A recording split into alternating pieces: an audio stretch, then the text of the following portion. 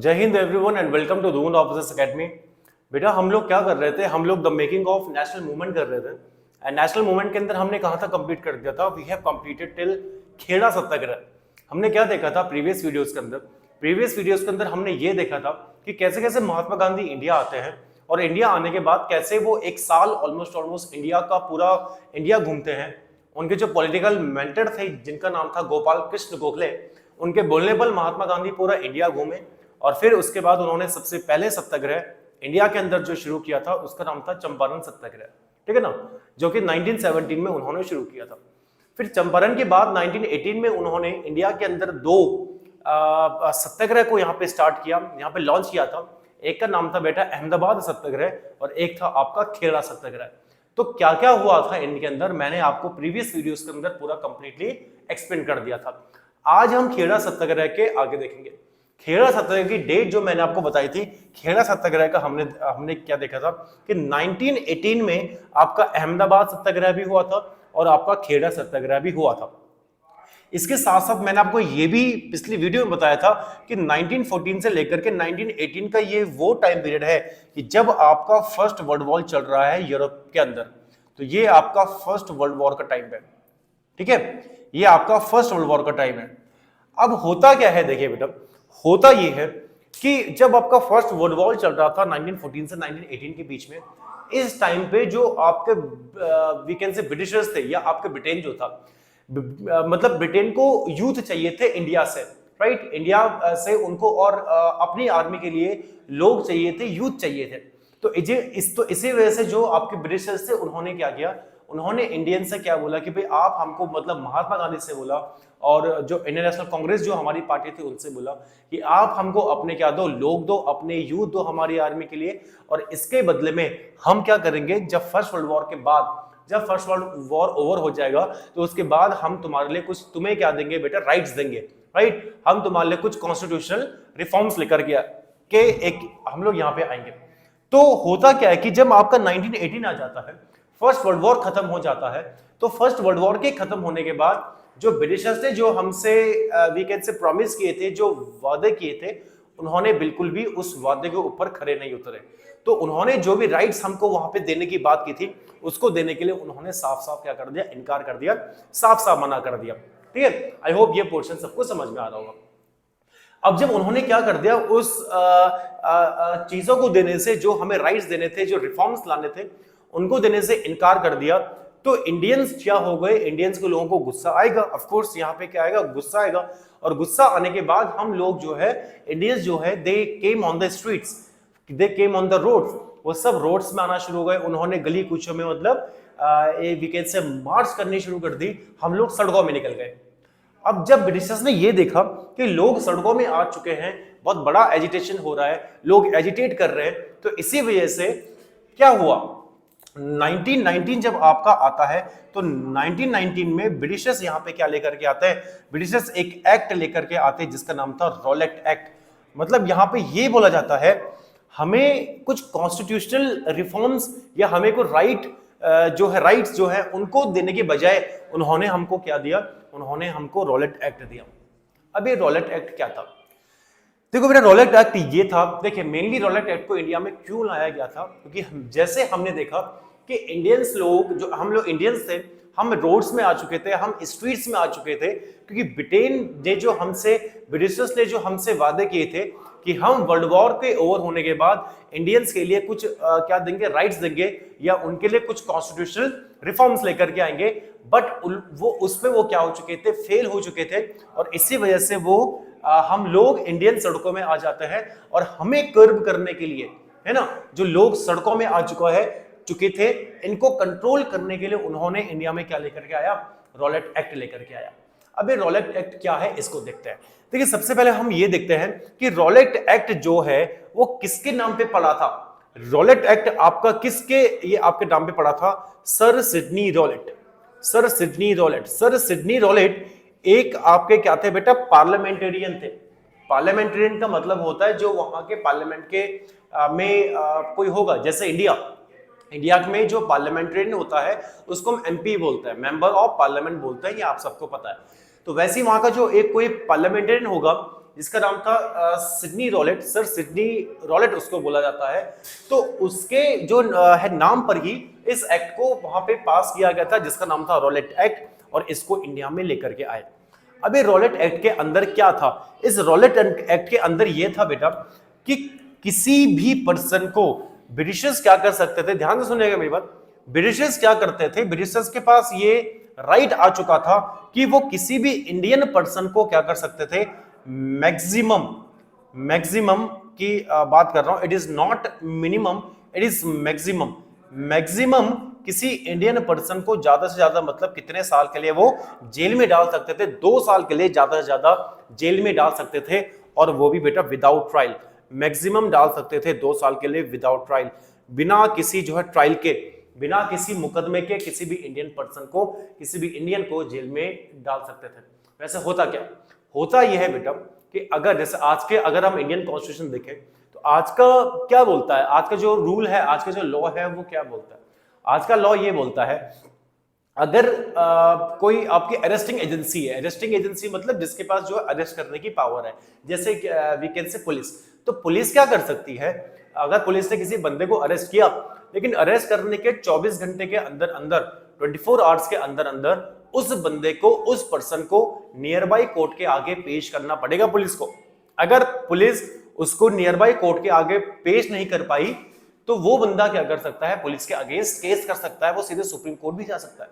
और supreme court फिर क्या करती है बेटा, पुलिस के अगेंस्ट एक रिट निकालती है जिसका नाम है हेबियस कॉर्पस, ठीक है ना, क्या?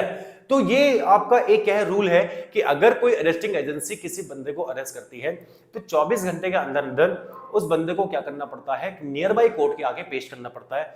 फिर जो जज होगा या जो कोर्ट होगा, कोर्ट बोलेगा, जज बोलेगा कि ये पर्सन रियली में मींस गिल्टी है या नहीं है, ठीक है। लेकिन यहाँ पे क्या था, यहाँ पे उल्टा था, यहाँ पे ये था कि रॉलेट एक्ट के अंदर क्या किया गया कि किसी भी इंडियन मेंबर को मैक्सिमम 2 साल के लिए क्या कर सकते थे, बंद कर सकते थे, वो भी without trial, no court, no lawyer, कुछ नहीं, बिना अपील, बिना दलील और बिना वकील के कानून, इसको बोला जाता है no appeal, no trial and no वकील, नो लॉयर। कोई यहाँ पे लॉयर नहीं होगा, कोई यहाँ पे कोर्ट नहीं होगा, कोई कहीं पे अपील नहीं होगी। सीधे से क्या करते थे ब्रिटिशर्स, किसी को भी पकड़ देते थे और अंदर डाल देते थे जेल के अंदर। क्यों? क्योंकि लोग यहाँ पे सड़कों में आ चुके थे, यहाँ पे लीडर्स जो थे इनको क्या कर रहे थे बेटा, लीड कर रहे थे। तो इन्होंने, ब्रिटिशर्स ने क्या किया, लीडर्स को पकड़ पकड़ के जेल में डालना शुरू कर दिया। कि क्यों? कि यहाँ, ताकि ये जो हम लोग रोड में आ गए थे, इंडियन जो रोड में आ रहे हैं, जो वहां पे एजिटेशन कर रहे हैं, उसको क्या कर सके, एक वीकेंड से वहां पे कम कर सके। तो मैक्सिमम 2 साल के लिए वो क्या कर सकते थे, इसको मतलब किसी को भी बंद कर सकते थे। और इसी एक्ट को हम इंडियंस ने क्या बोला बेटा, इसी एक्ट को इंडियंस ने बेटा ब्लैक एक्ट बोला। कि ये क्या है, ये तो भाई क्या है, ये तो भाई ये क्या है, ब्लैक एक्ट है, ठीक है, ये तो हमारे लिए ब्लैक एक्ट है, ये तो बिल्कुल पूरा क्या काला कानून है, ठीक है ना, कि किसी को भी उठा करके आप जेल में डाल रहे हो। अब इसके अगेंस्ट में इंडियंस ने यहां पे क्या किया, स्पेशली अगर मैं महात्मा गांधी की बात करता हूं, इसके अगेंस्ट में, रॉलेट एक्ट के अगेंस्ट में महात्मा गांधी ने एक सत्याग्रह को स्टार्ट किया। मैं आपको डेट बता देता हूं, 6 अप्रैल को वो सत्याग्रह आपका शुरू होता है। यहाँ पे आपका मार्च में रॉलेट एक्ट इंडिया आता है, मार्च 1919 में इंडिया आता है, और 6 अप्रैल 1919 में महात्मा गांधी एक सत्याग्रह शुरू करते हैं रॉलेट एक्ट के अगेंस्ट, और उसका नाम था बेटा रॉलेट सत्याग्रह। उस सत्याग्रह, उस मूवमेंट का नाम था आपका रॉलेट सत्याग्रह, ठीक है। तो रॉलेट सत्याग्रह आपका स्टार्ट होता है बाय महात्मा गांधी।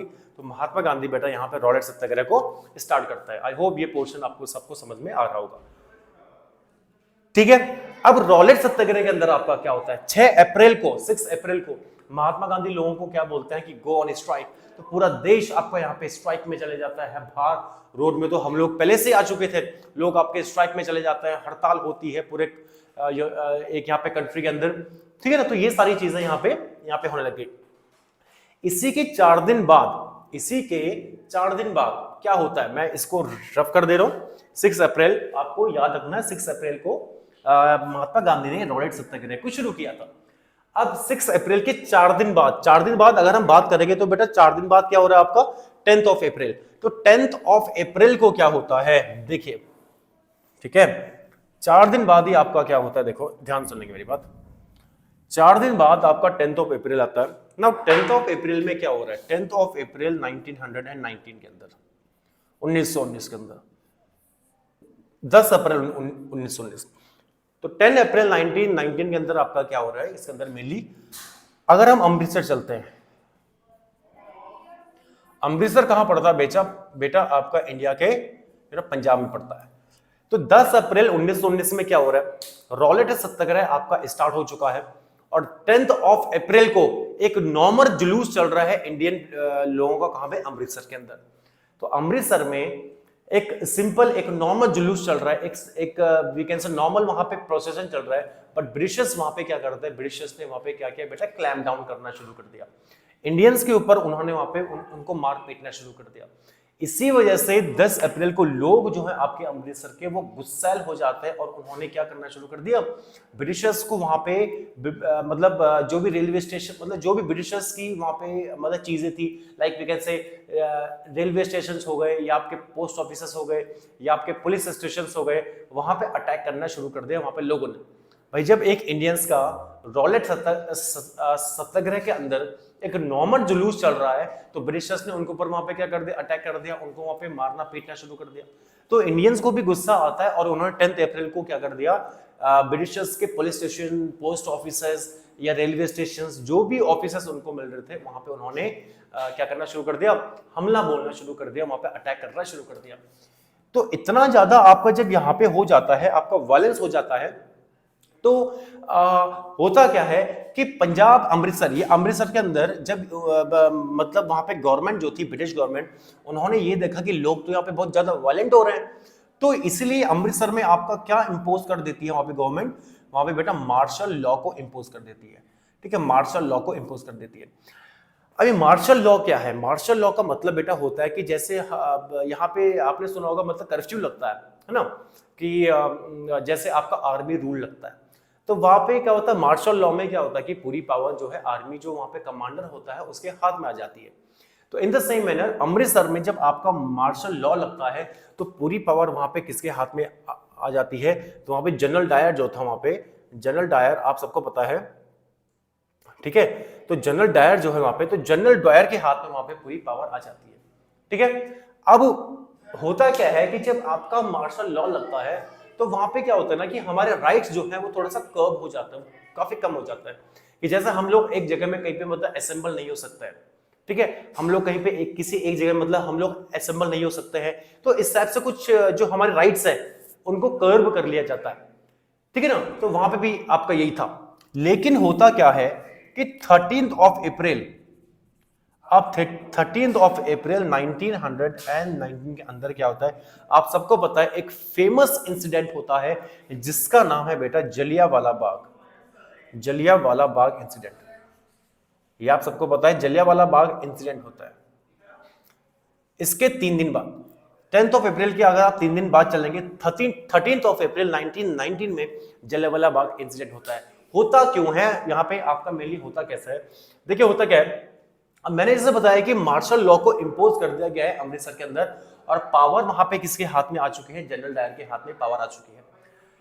इसके साथ साथ इससे पहले क्या हुआ था बेटा, यहाँ पे इससे पहले क्या किया गया था, जो रॉलेट एक्ट के अंदर, रॉलेट एक्ट के तहत जो अमृतसर था, अमृतसर के 2 फेमस लीडर को अरेस्ट कर दिया जाता है by the British government. British government ने अमृतसर के 2 मेन लीडर को अरेस्ट कर दिया था। अब वो 2 मेन लीडर कौन कौन से थे, एक अमृतसर के अंदर, एक का नाम था बेटा आपका डॉक्टर सत्यपाल, एक आपके डॉक्टर सत्यपाल थे, और एक आपके डॉक्टर सैफुद्दीन किचलू। ठीक है, एक आपके डॉक्टर सैफुद्दीन किचलू थे।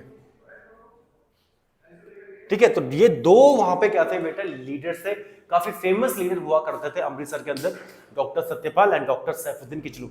इन दोनों लीडर्स को वहां पे जो ब्रिटिशर्स हुआ थे, उन्होंने क्या कर दिया, उन्होंने उनको वहां पे अरेस्ट कर दिया। तो इसी वजह से लोग क्या है, अब 13 और अच्छा साथ साथ वहां पे क्या इंपोज हो चुका है, मार्शल लॉ भी इंपोज हो चुका है। अब लोग क्या करते हैं, 13 अप्रैल को, 13 अप्रैल बेटा उस दिन 13 अप्रैल को वहां पे क्या था बेटा, वो उस दिन आपका क्या था, बैसाखी डे था। क्या था, बैसाखी डे था। अब इस बैसाखी का मेला लगता था आपका जलियांवाला बाग में। ठीक है। तो जलियांवाला बाग में वहां पे एक आपका मेला लगता था। तो कुछ लोग तो अमृतसर के आसपास वाले गांवों से आ रखे हैं मेला देखने के लिए, ठीक है। बैसाखी का फेयर लग रहा है, मेला लग रहा है, तो लोग वहां पे इकट्ठा हो गए कहाँ पे, जलियांवाला जो आपका बाग था अमृतसर के अंदर, कि भाई हम क्या करेंगे, मेला देखने जाएंगे। क्योंकि they were unaware of the martial law imposed over there, क्योंकि उनको बिल्कुल नहीं पता था कि अमृतसर के अंदर क्या इम्पोज हो रखा है, मार्शल लॉ इम्पोज हो रखा है। क्योंकि वो तो आसपास के गांवों से थे, तो वो तो क्या कर, वो तो आपका यहाँ पे केवल बैसाखी मनाने आए थे।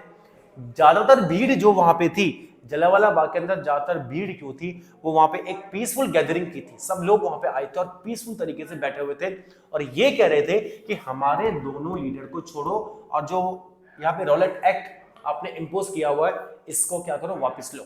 रॉलेट एक्ट को वापस लो और हमारे दो लीडर्स को, डॉक्टर सत्यपाल और डॉक्टर किचलू को छोड़ो, ठीक है। और इनके साथ साथ जैसे जैसे मैंने बताया कि आसपास के जो गांव थे वहां से भी लोग आए थे बैसाखी का फेयर मनाने के लिए, तो लोगों की वहां पे गैदरिंग हो गई। लेकिन आपको पता है, जैसे मैंने बताया कि मार्शल लॉ में कोई वहां पे गैदरिंग मेनली होती नहीं है, ठीक है। लेकिन होता क्या है कि जलियांवाला बाग के अंदर जनरल डायर आता है, अपनी ट्रूप्स को लेकर के आता है, अपने सेना को लेकर के आता है, और वहां पे एक ही एग्जिट था, एक ही एंट्रेंस और एक ही एग्जिट, उसी दरवाजे से बाहर जाना, उसी दरवाजे से अंदर आना। So general Dyer entered the Jallianwala Bagh with his troops, अपने ट्रूप के साथ वो अंदर आया, उसने उसको क्या कर दिया, पूरा लॉक कर दिया, लैच कर दिया। वो एक ही जो एग्जिट था, एक ही एंट्री, एक ही एग्जिट थी, उसे लॉक किया। And he ordered his troops to open fire upon the people, और ओपन फायर करने के लिए उसने बोल दिया लोगों के ऊपर। और आप सबको पता है कि कितने हजारों लोगों की वहां पे डेथ हुई थी, children, women, old man, man, कितने सारे लोग थे वहां पे हु डाइड, राइट, जो वहां पे मर गए, क्योंकि जनरल डायर ने वहां पे ओपन फायर करने के लिए वहां पे क्या दिया था, ऑर्डर दे दिया था अपने वहां पे ट्रूप्स को, ठीक है। तो इसी इंसिडेंट को आपका क्या बोला जाता है, इसी इंसिडेंट को बोला जाता है बेटा जलियांवाला बाग इंसिडेंट, जो कि आपका 13 अप्रैल 1919 को होता है। अब जब आपका जलियांवाला बाग इंसिडेंट वहां पे हो गया, तो इंडियंस को जब पता लगा, ये तो मतलब जब उन्होंने इंफॉर्मेशन आई पूरी इंडिया में, तो लोग वहां पे गुस्सैल हो गए, लोग वहां पे गुस्साए हो गए, ठीक है ना। तो जलियांवाला बाग इंसिडेंट के होने के बाद जो आपके रविंद्रनाथ टैगोर थे, ये आपको इंपॉर्टेंट है बेटा, ये आपको याद रखना है। रविंद्रनाथ टैगोर, रविंद्रनाथ टैगोर, जो आपके रविंद्रनाथ टैगोर जो थे, ठीक है, रविंद्रनाथ टैगोर, तो रविंद्रनाथ जो आपके टैगोर थे, ही रिनाउंस अ टाइटल, इनको एक टाइटल मिला था, तो एक टाइटल मिला था जिसका नाम था बेटा नाइटहुड। तो इसको उन्होंने क्या कर दिया, छोड़ दिया, इन्होंने उसको रिनाउंस कर दिया। एक्चुअली क्या था कि जो आपका नाइटहुड का वह टाइटल हुआ करता था, वो कौन देता था, वो ब्रिटिशर्स वहां पे दिया करते थे। तो रविन्द्रनाथ जो आपके टैगोर थे, उनको भी क्या मिला था, नाइटहुड का टाइटल मिला हुआ था।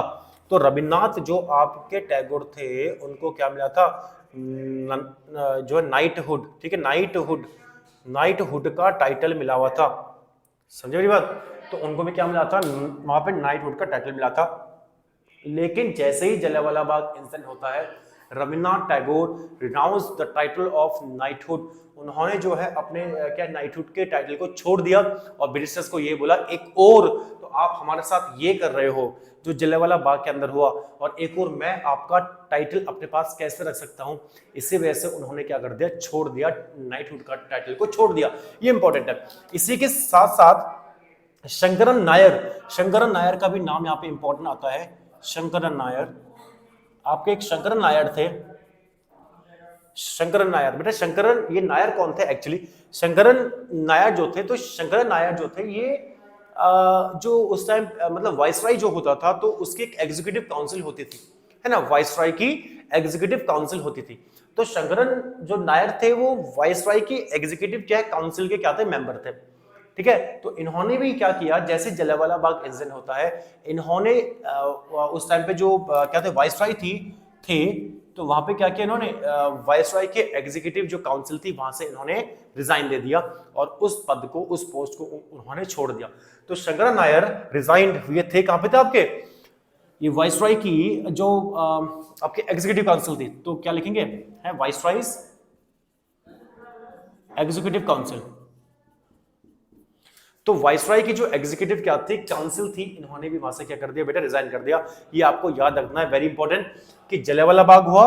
जलियांवाला बाग इंसिडेंट जब होता है तो उसके बाद किसने नाइटहुड के टाइटल को छोड़ दिया? तो आपको पता है रविन्द्रनाथ टैगोर ने नाइटहुड के टाइटल को छोड़ दिया था।